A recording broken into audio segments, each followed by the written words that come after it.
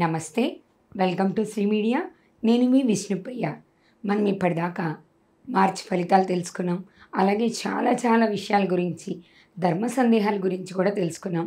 మనతో పాటు ఉన్నారు గురువుగారు లక్ష్మీనారాయణ గారు, జ్యోతిష్య వాస్తు పండితులు, గాయత్రి జ్యోతిష్యాలయ వ్యవస్థాపకులు. గురుగారి ద్వారా ఎన్నో విషయాలు తెలుసుకున్నాం. ఇప్పుడు మనం ఏప్రిల్ నెల 1వ తారీఖు నుంచి 15వ తారీఖు వరకు మనకున్నటువంటి 12 రాశుల యొక్క ఫలితాలని ఎలా ఉన్నాయి, ఏంటి అనే విషయాన్ని గురువుగారిని అడిగి తెలుసుకుందాం. నమస్తే గురువుగారు. ఇప్పటిదాకా మీరు చెప్పిన విషయాలు మా వ్యూవర్స్ని ఎంత బాగానో వాళ్ళకున్న సందేహాలు తీర్చినాయి. మనం ఫిబ్రవరి, మార్చి ఫలితాలు కూడా ఇచ్చాం. దాని పట్ల కూడా వాళ్ళకు ఉన్నటువంటి అనుమానాలన్నీ తీర్చుకున్నారు గురువుగారు. అదే క్రమంలో ఈరోజు మనం ఏప్రిల్ నెల 1వ తారీఖు నుంచి 15వ తారీఖు వరకు మొదటి 15 రోజులు 12 రాశుల యొక్క ఫలితాల గురించి తెలుసుకుందాము గురువుగారు. ఏప్రిల్ నెల 1వ తారీఖు నుండి 15వ తారీఖు వరకు రాశి ఫలితాలు చెప్పుకుంటున్నాం. ఈ రాశిలో 3వ రాశి మిథున రాశి ఫలితాలు చెప్పుకున్నాం. అందులో ఏప్రిల్ నెలలో మనకు 2 పండుగలు వస్తున్నాయి. ఆ 2 పండుగలకు కూడా మొదటి పండుగని గురించి చెప్పుకుందాం. ఇప్పుడు ఉగాది రోజు మనం ఏం చేస్తాం? ముందు వేపపూత ప్రసాదం తింటాం. ఇది ఎంతమంది తింటున్నారో నేను చెప్పలేను, ఎంతమంది పంచాంగ శ్రవణం చేస్తున్నారో చెప్పలేను. ఇది చేయకుండా రెండో పని మాత్రం ఖచ్చితంగా చేస్తున్నారు. ఏమిటంటే పండుగ వచ్చింది, సంవత్సరాది పండుగ. ఆ పండుగకి ఏం చేస్తాము?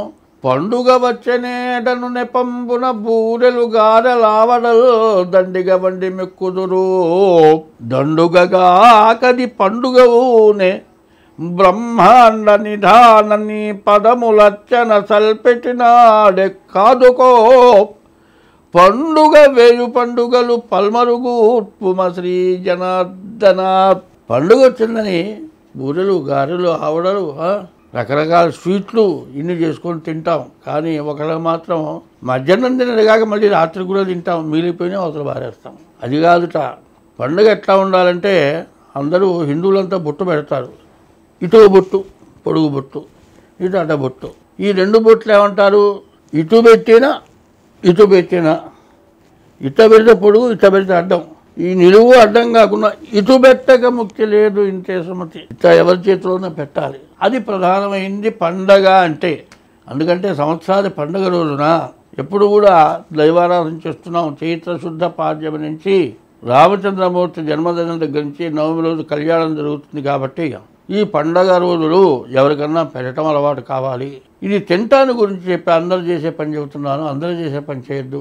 మనమంతా ఎవరికన్నా పెట్టే పని చేద్దామనే ఉద్దేశంతో మనం దీంట్లో పండుగ వచ్చే నేడను నెపంబున బూరెలు గారె రావడలు దండిగ వండి మెక్కుదురు దండుగగాకది పండుగవునే బ్రహ్మాండ నిధానని పదములర్చన సల్పెటి నాడే కరుకో పండుగ వేయి పండుగలు పల్మరు గుర్పుమ శ్రీ జనార్దన అని చెప్పుకున్నాం. కాబట్టి మనమంతా బాగుండటం కోసం ముందు ప్రారంభం ప్రసాదంతో మొదలుపెట్టాం. ప్రతిరోజు ఎవరికి వాళ్ళకి ఏదైనా పెట్టడం ముందు కనీసం ఈ 9 రోజులైనా పెడితే బాగుంటుందనే ఉద్దేశంతో ఈ పద్యం చెప్పాను. కాబట్టి ఇప్పుడు మిథున రాశి 3వ రాశి ఫలితాలు ఏప్రిల్ నెల 1 నుంచి 15 వరకు చెప్పుకుందాం. ఇప్పుడు రవి, శుక్రుడు, బుధుడు, గురువు ఈ 4 గ్రహాలు బాగున్నాయి. చూడండి, మేషం దగ్గర నుంచి వృషభం, మిథునం దాకా 4 గ్రహాలు వరుసన బాగుంటున్నాయి. ఈ రవి వల్ల ఉద్యోగం కానీ మంచి కీర్తి కానీ వస్తుంది. శుక్రుడి వల్ల వివాహం కానీ వాళ్ళకి వివాహం అవుతుంది. కాదండి, శుక్రుడి వల్ల వివాహం కాకుండా భార్యాభర్తల యొక్క కోరికలు తీరుతాయి. వాళ్ళకి మగవాళ్ళకి కానీ ఆడవాళ్ళకి కానీ అనేక కోరికలు ఉంటాయి. అందులో చీరల మీద, సొమ్ముల మీద ఉంటాయి. అటువంటివి ఏదైనా కొనుక్కుంటానికి కూడా మంచి అవకాశం. తర్వాత బుధ గురువులు కూడా బాగున్నారు. వ్యాపారం చేసేవాళ్ళు కానీ, చదువుకునేవాళ్ళు కానీ, ఉద్యోగాలు చేసేవాళ్ళు కానీ, విదేశాలకు వెళ్ళేవాళ్ళు కానీ, మరియు చేసే ఉద్యోగంలో చాలా గొప్పగా కీర్తి ప్రతిష్టలు తెచ్చుకొని బాగా డబ్బు సంపాదించుకొని ఇంట్లో కావాల్సిన వాళ్ళందరికీ కూడా తెచ్చిపెట్టడానికి అవసరమైన కొనుక్కుంటానికి మంచి అవకాశం కనబడుతోంది. కానీ కుజ, శని, రాహుకేతువులు బాగలేరు. రాహుకేతువులు ఎట్లా ఉంటారంటే ఒకటి ఛాయ, ఒకటి నీడ. ఒకసారి మనం పోతుంటే నీడ కనబడుతుంది, ఎవరో వెనకాలతో వస్తున్న కటిక వెనక్కి తిరిగి చూడటం కూడా ఒక్కోసారి జరుగుతుంది సహజంగా. అవును గురువుగారు. తన నీడను చూస్తే తడుచుకున్నాడు అంటారు. అయితే నువ్వు చేసిన పనుల వల్ల రాహుకేతువులు వేధిస్తారట. సూర్య చంద్రుల్ని గ్రహణం బట్టి వేధించారు. మరి సూర్య కిరణాలు ఒక సెకండ్ భూమి మీద పడకపోతే మనం ఏమైపోతామో తెలియదు.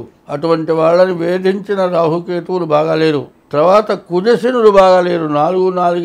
4 గ్రహాలు పాపగ్రహాలే. కుజ, శని, రాహుకేతువులు, ఈ 4 గ్రహాలు పాపగ్రహాలు. కాబట్టి మనం ఎంతవరకు ఉంటే అంతవరకు మంచిది. మన పని మనం చేసుకుంటూ వెళ్ళటం మంచిది. ఎంత పరిచయమైన వాళ్ళైనా సరే దారిలో మధ్యలో ఆగి నవ్వకపోయినా కూడా పర్వాలేదు, పలకరించకుండా వెళితే మంచిది అనుకుంటా. దానివల్ల ఏదో ఒకటి వస్తుందేమో అని అనుమానం ఇప్పుడు పరిస్థితి అది. కాబట్టి శని, కుజ, రాహుకేతువులు. కాబట్టి మనం ఏదైనా కడికనే వస్తే ఆ కడిగిన మనిషిగా చూసి మాట్లాడుతుంటే ఎవడో వచ్చి బండి గుద్దెన్న పోతాడు. ఇట్లాంటి సమస్యలు ఏమైనా రావడానికి బాగా అవకాశం ఉంది. కుజుడు వల్ల, శని వల్ల దెబ్బలు తగలటానికి, మరి ఇట్లాంటి సమస్యలు. రాహు వల్ల మరి మెళ్ళో వస్తువులు, జేబులో డబ్బులు గాజేయటానికి. కేతు వల్ల మనం జేబులో నుంచి తీస్తూనే ఒక వస్తువు దిగిపోయి డబ్బులే పోగొట్టుకునే పరిస్థితి రావచ్చు. ఇట్లాంటి సమస్యల నుండి విముక్తి పొందాలి అంటే రాహువు, కుజుడు, శని, కేతువు ఈ గ్రహాలకి జపాలు చేయించుకోవటం. రాహువుకి 18,000 జపం చేయించుకొని మినుగులు దానం, కుజుడికి 7,000 జపం చేయించుకొని కందులు దానం, శనికి 19,000 జపం చేయించుకొని నల్ల నువ్వులు దానం, కేతువుకి 7,000 జపం చేయించుకొని ఉలవల దానం. ఇవి ఇవ్వటం చాలా విశేషం. తర్వాత కనీసం నూతన సంవత్సరంలో ఎవరికైనా ఆహారం పెట్టాలని చెప్పన్నాను కదా, కనీసం నోరు లేని జీవరాశులు ఉన్నాయి. బజార్లో ఏమైనా తిరుగుతున్నాయి కుక్కలు. ఆ కుక్కలు గొప్పతనం చెబుతాను. మరి ఎవరైనా ప్రసవిస్తే గౌరీదేవికి పూజ చేస్తారు. కాశీ పోతే మరి కాలభైరవుడు కుక్కే. అవును గురుగారు. ఆడవాళ్ళేమో గౌరీదేవిని పూజిస్తున్నారు.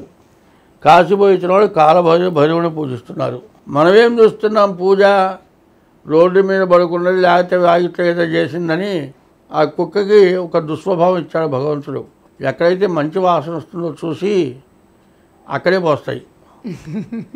ఓ మనిషి కదలకుండా నుంచుంటే కూడా వాళ్ళ మీద పోసిపోయిన రోజులు ఉన్నాయి. ఆ రకమైన స్వభావం భగవంతుడు ఎందుకు ఇచ్చాడంటే, ఈ కుక్క పూర్వజన్మలో శివాలయ అర్చకుడు బ్రాహ్మడు.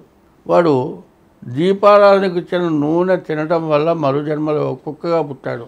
ఆ కుక్కకు ఉండే నీచ స్వభావాల గురించి ఆలోచిస్తున్నారు కానీ మంచి స్వభావం గురించి ఆలోచించటంలా. క్షీర నీల న్యాయం అన్నారు. ఏంటంటే హంస నీళ్లను వదిలిపెట్టి పాలు తాగుతుంది. అవును. అట్లాగే కుక్కలో ఉన్నటువంటి మంచిని తీసుకొని చెడుని వదలమని చెబుతున్నా. కుక్కకి 4 రోజులు అన్నం పెడితే మనం వస్తుంటే మొదటి కాలు ఎత్తి చేతిలో పెడుతుంది, షేక్ హ్యాండ్ ఇస్తుంది. అది చాలామంది జరుగుతుంది. మనకు పరిచయం అని కుక్క ఏదైనా సరే బాగున్నావాలంగానే చెయ్యి మన చేతికి బాగా ప్రేమగా దగ్గరికి వచ్చి చేతి కలుపుతుంది. 2 రోజులు కనుక అన్నం పెట్టామంటే వారం రోజుల దాకా మన గడప ముందు పడి ఉంటుంది. మరి అటువంటి కుక్కలకి ఆహారం పెట్టండి, గోవుకి ఆహారం పెట్టండి. ఆ జీవరాశులని కూడా పుణ్యప్రదమైనటువంటి జీవరాశులు. పూర్వజన్మలో కించిత్ దోషం చేసుకున్నందువల్ల బ్రాహ్మడు కుక్కగా పుట్టి ఆ పాపం అనుభవిస్తున్నాననేటువంటి జ్ఞానం కలిగి మనం అంత అన్నం పెడితే వాకిటి ముందు పడి ఉంటున్న కుక్కలవి. ఆ కుక్కలకి 15 సంవత్సరాలు ఇచ్చారు. మానవుడికి ఒక్కొక్క జీవరాశికి 20 సంవత్సరాలు ఇచ్చారట. మానవుడికి 20 సంవత్సరాలు ఇస్తే ఇవేనా అన్నట్ట, నాకు ఇంకా కావాలన్నట్ట. పందికి 20 సంవత్సరాలు ఇస్తే నాకు వద్దు 10 సంవత్సరాలు చాలన్నట. ఆ పంది ఆయుష్ కూడా వీడే తీసుకున్నాడు. సరే ఆ 20, 40 వచ్చినాయండి. సరే కోతి ఉంది, కోతికి 20 సంవత్సరాలు ఇస్తే నాకు వద్దు 10 సంవత్సరాలే కావాలన్నట్ట. ఆ 10 సంవత్సరాలు కూడా వీడే తీసుకున్నాడు. అక్కడికి 50 అయినాయి. తర్వాత కోతి అయిపోయింది. కుక్క ఆయుష్ కూడా వీడు తీసుకున్నాడు. మినిమం 10 సంవత్సరాలు వాడికి ఆయుష్. మొత్తం 100 సంవత్సరాలు. 40 దాకా మాత్రం విపరీతంగా మాత్రం తినడం, ఎంత రుచిగా ఉన్నా తినగలిగినంత వరకే తింటాడు కానీ రుచిగా ఉండని మాత్రం ఎక్కువ తింటూ పనిచేస్తాడు. 40 దగ్గర నుంచి 60 వరకు ఏది దొరికితే తింటమే, బాగా తింటాం. ఒళ్ళు పెంచడం, ఏ పని చేయలేకపోవటం. 40 నుంచి 60 దాకా బాధ.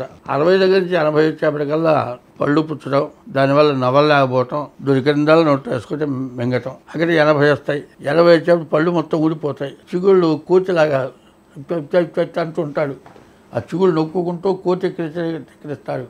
అటు ఎవరు వస్తాడా ఎవడు పెడతాడా తిందాం. ఇది కోతి ఆయుష్. చివరికి పంది ఆయుష్ కూడా పోసుకున్నాడు. 100 సంవత్సరాలు బతుకుతున్నాడు ఈ మానవుడు. ఈ మానవుడు ఎందుకు బతుకుతున్నాడంటే మొత్తం దేనికి బతుకుతున్నావు అంటే జ్ఞానం గలవాడు బతకటానికి తినాలి, అజ్ఞానపరుడు తినడానికి బతకాలి. తినడానికి బతికేవాడు కూడా బతుకుతాడు కానీ వాడు పడే బాధలు మామూలు కాదు. కాబట్టి ఈ జీవరాశుల్లో కుజుడు, శని, తర్వాత రాహువు, కేతువు ఈ నాలుగే గ్రహాలు. కాబట్టి ఈ 4 గ్రహాల వల్ల సమస్యలు చాలా రావచ్చు.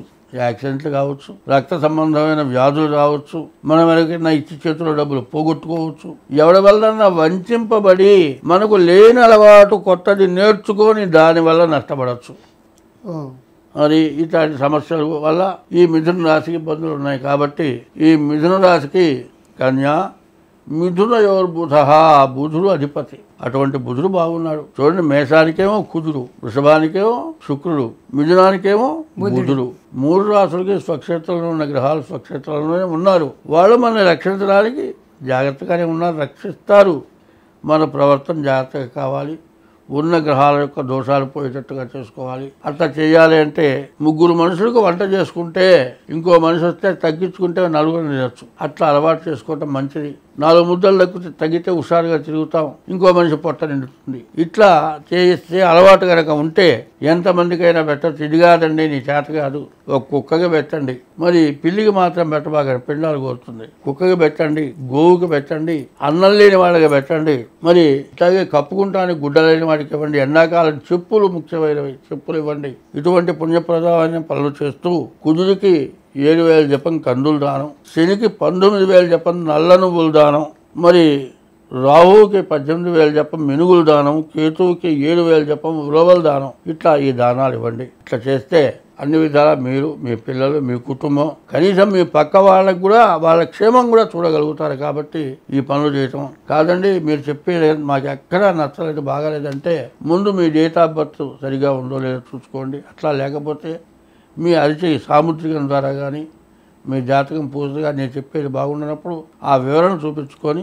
ముందుకు అడుగు వేయండి. ఇది ఎట్లా ఉంటుందంటే, పెళ్లి చేసుకునేటప్పుడు ఇద్దరికీ కలిసిందా లేదా చూడకుండా పెళ్లి చేసి తర్వాత బాధపడతామా, ఇల్లు కట్టేప్పుడు వాస్తు ఆలోచించకుండా టాపీ మేస్తే పని చెప్పినట్లు కట్టి ఇల్లు వాస్తు దోషం ఉండి కట్టినిల్లు నష్టపడతామా లాగా ఇబ్బంది పడకుండా ఎప్పటికప్పుడు ఈ సంవత్సరం ప్రత్యేకించి మీ జాతకాలు చూపించుకోవడం చాలా అవసరం, చాలా మంచిది. స్వస్తి. ధన్యవాదాలు గురువుగారు.